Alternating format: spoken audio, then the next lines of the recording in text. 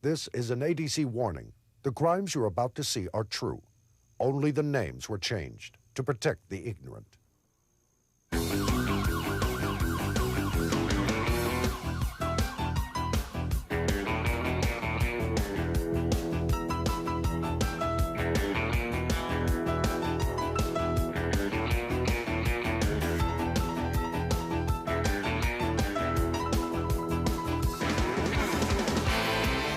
Tonight, you'll see the little old lady from Pasadena tell her secret. You'll also go inside a dumb criminal with X-ray footage, and the purse snatchers who don't get the picture. All this and more on America's Dumbest Criminals.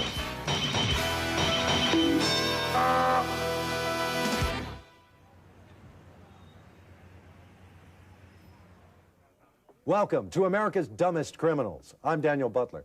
The old saying, wherever you go, there you are, applies even more to persons of below average intelligence who are engaged in criminal activity. Keeping that in mind, join us as we open the files on America's Dumbest Criminals. First up, a routine traffic stop gets drug through the mud. Another officer had stopped this vehicle, took the driver to jail for DUI. While me and this other officer, we're waiting around for a friend of this female's to come pick her up to take her home. I looked at the female, and there was another officer standing beside her. She bent down, and she was picking up a plastic baggie from the cuffs of her pants leg. And she came up and put it in between her breasts. And me and the other officer looked at each other and asked each other, "Did you see that?" "Yeah, I saw that."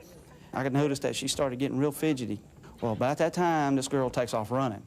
So as I started past that officer when we was running, I mean, I was laughing the whole time. I mean, I just knew she had nowhere to go. So I had planned to tackle her as we hit the edge of the roadway on the other side. Well, there was a big old ditch there. And I mean, as she hit that ditch, she lost her balance, and I mean, just like a 747 with no wheels, just plowed into that grass. And as we stood her up, there's several baggies of marijuana right there on the ground. So, needless to say, she went to jail for that.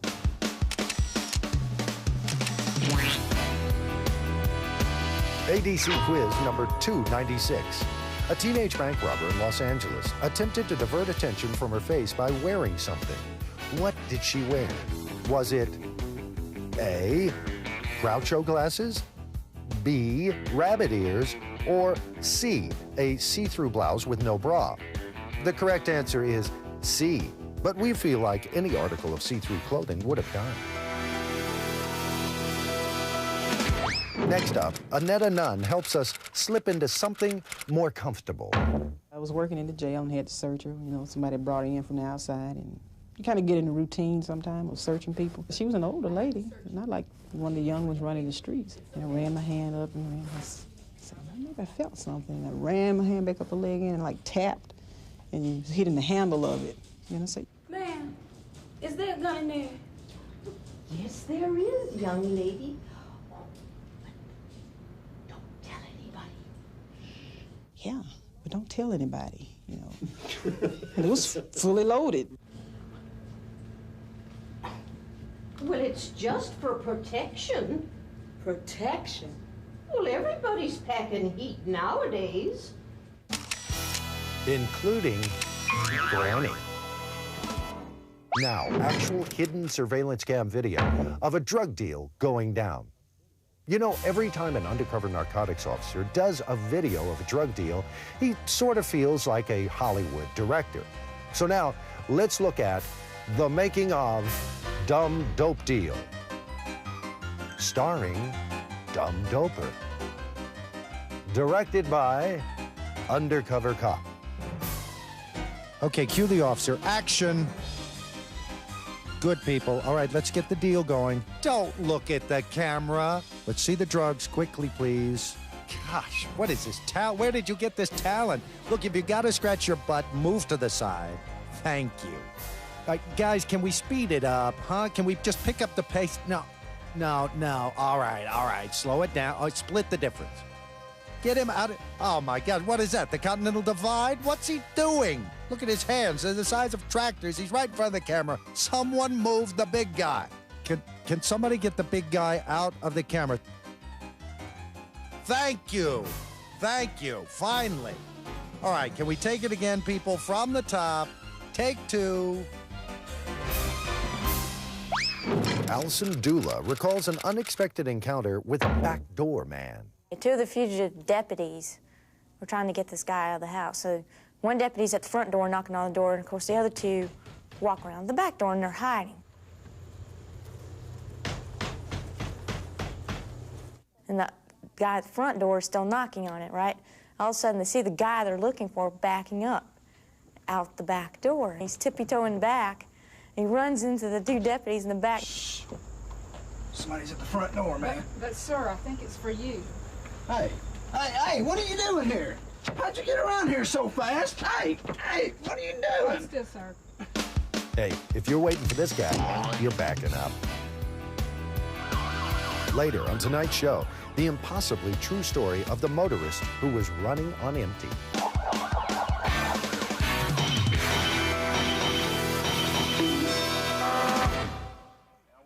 Burglars burgle, bunglers bungle. When you mix the two, you get a despicable hybrid known as the bungling burglar. They will take anything that's not nailed down, or spend hours trying to lift what is nailed down. Retired Officer David Hunter recounts a case called Me and Bobby McGeek. Bob has been in and out of jails, or had been in and out of jails when I first met him for most of his life. But I left the jail, hadn't seen him for maybe 2 years. One Sunday afternoon, I was backed into a driveway running radar. Old rattle-trap vehicle came down the road with wires dragging, no tags on it, whipped into the driveway beside me, and I could look directly into the vehicle. It was Bob.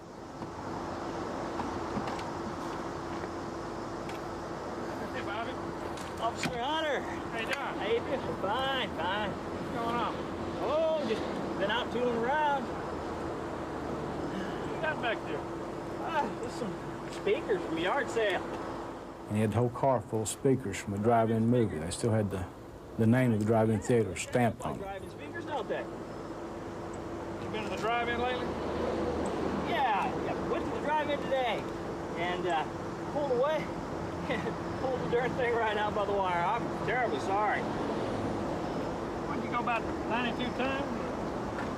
It was a double feature. What'd you see? Oh, that creature feature, you know that swamp thing? Comes out of the swamp, eats them cars. And then they had the lizard from nowhere that attacked everywhere. So I got out of the car, took him into custody for burglary. This guy had a highly... In Washington, D.C., it used to be against the law for a taxi driver to be messy. The law was enacted after one driver ate watermelon, causing the passenger to wear these goggles. And now, from David Shepler in Tampa, a case we call Touchstone. David was called in to handle a series of thefts at a major high school. Now, Alicia, we have you at the scene of the crime. I know the money and the pager were in this locker, and your best friend said that she saw you taking this money. Figures. I didn't take the money. Alicia. I was nowhere close to there. I've never... Okay. Got the money. I didn't take the pager. I want you to place a phone call, okay? I don't need to make a phone call. Take the receiver. Take the receiver and dial 716-4295 and tell me what you hear. It's ringing. Yes? And then it beeped. There was no answer. And that's all. That's it. Alicia, you gave me the money. I think it's time you gave me the pager. Alicia, be smart on this now. Give me the pager now. Alicia, you owe me this pager. Our first high school member of the Witness Protection Program. Now we take you inside the courtroom for trial and error. From actual courtroom transcripts, an officer tells of some trunked-up charges. Officer, you arrested the defendant immediately after he robbed the deli. Is that true? Yes, ma'am. And were you in the area of the robbery call? No, ma'am, I was not. Could you tell us then, officer, how is it that you caught the alleged criminals so quickly? Well, ma'am, when he exited the deli, he fled across the parking lot and he hid in the trunk of my undercover car. Thank you. Coming up later, two brainless wonders who are still waiting for something to develop.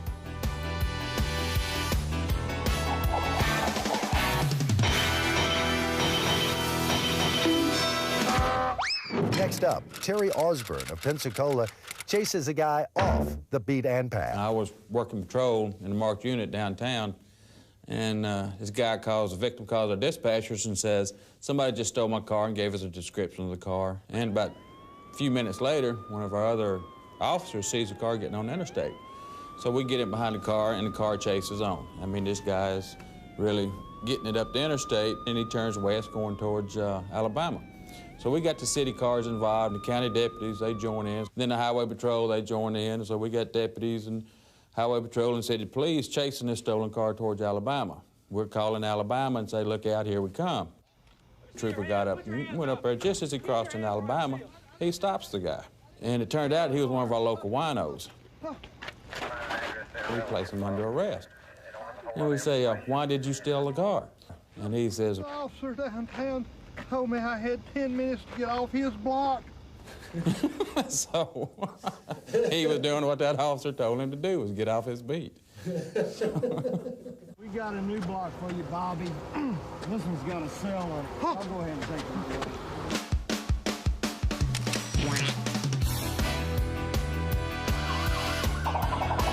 it. In Colorado, it used to be against the law for a pet owner to lose a pet. To avoid prosecution, here Captain Steuben searches frantically for Free Willy. And now, actual X-ray footage of a dumb criminal with a big mouth.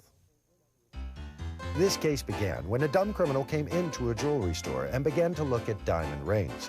While the clerk was talking to another customer, the dumb criminal pocketed the diamond ring.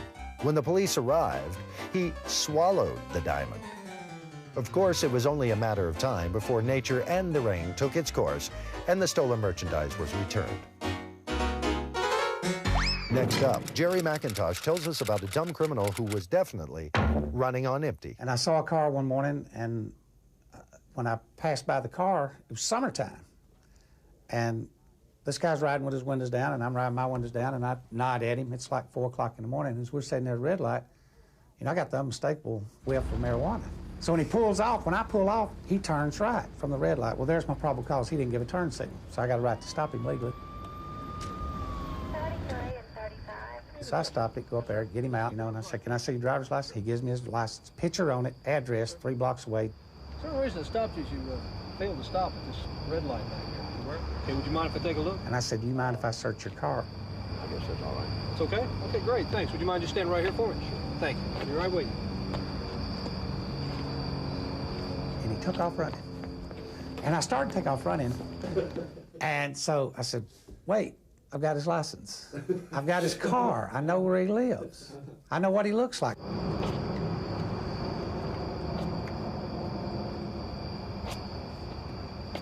About 5 or 10 minutes later, he came up and he said, I got a block away.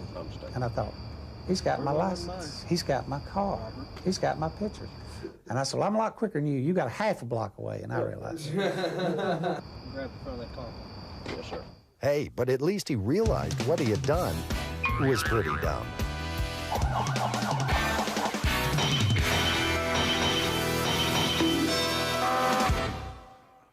A car thief gets away a certain percentage of the time, but the big clock is always ticking, counting off the seconds until he becomes suddenly stupid.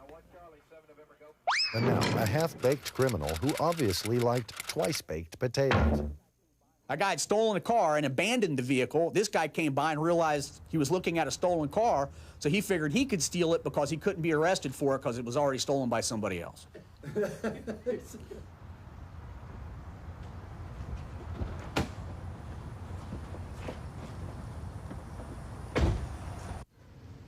Look, I didn't steal that car.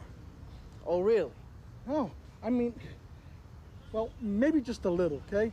But I didn't steal it from somebody. Oh, yeah? I just borrowed it. That guy, he was the thief. Told me I couldn't take him to jail. I didn't do it, man. I couldn't arrest him for being in the stolen car because the car that he stole had already been stolen by somebody else. Yeah.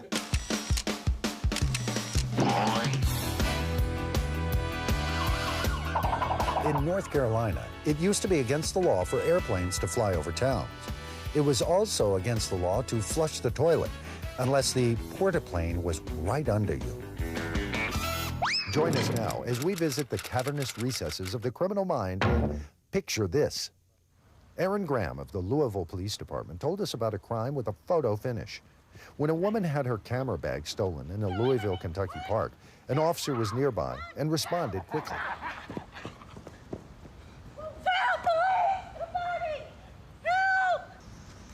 Following the thieves' trail, the officer came upon 2 discarded instant photos, which had not finished their developing process yet. Within moments, they did, and the criminals appeared right before his eyes. Meanwhile, our 2 photogenic felons became convinced the camera was This broken. one didn't work either. Oh, what's wrong with this thing? Hey, let me get you, man. Come on. All right? See some hands, boys, right now. Man, on the ground, no. now. Get on the ground, we're down, man. now. We're down. I knew this was a terrible idea. Oh, shut up, man. These are 2 dumb criminals who were definitely overexposed. Now, Sam Hilliard tells us about a room full of dumb criminals who gamble with their lives. To understand Las Vegas, a good example would be is during the Hilton fire some years back, there were several floors that were engulfed in flames at the Hilton. And in fact, you know, there was a lot of loss of life as a result of that. Well, when the fire broke out, it was in the upper stories, and the casino downstairs was packed full of people. And they came on to the speaker, you know, per the fire department, this hotel needs to be evacuated now. So they came on and they very calmly came with the loudspeaker over the casino. Everybody in the casino, we do have a problem upstairs. There is a major fire. There's no reason to panic, but we need you to exit the casino immediately. Pause. Nobody moves. Everybody just continues playing cards. They continue with the poker machines. Nobody moves. They come on again. Ladies and gentlemen, please, we need you to exit the casino now. Few people start filtering out. Everybody still keeps playing. A few minutes later, finally, they came on and said, "This is the last hand. You have to leave now." And finally, and then the dealers just shut everything down, and finally everybody got up and left. Well, we're out of time again. We'd like to thank the men and women of law enforcement for their stories and for the outstanding job they do protecting and serving the public. I'm Daniel Butler saying, don't be dumb. Don't break the law, or we'll see you next time on America's Dumbest Criminals.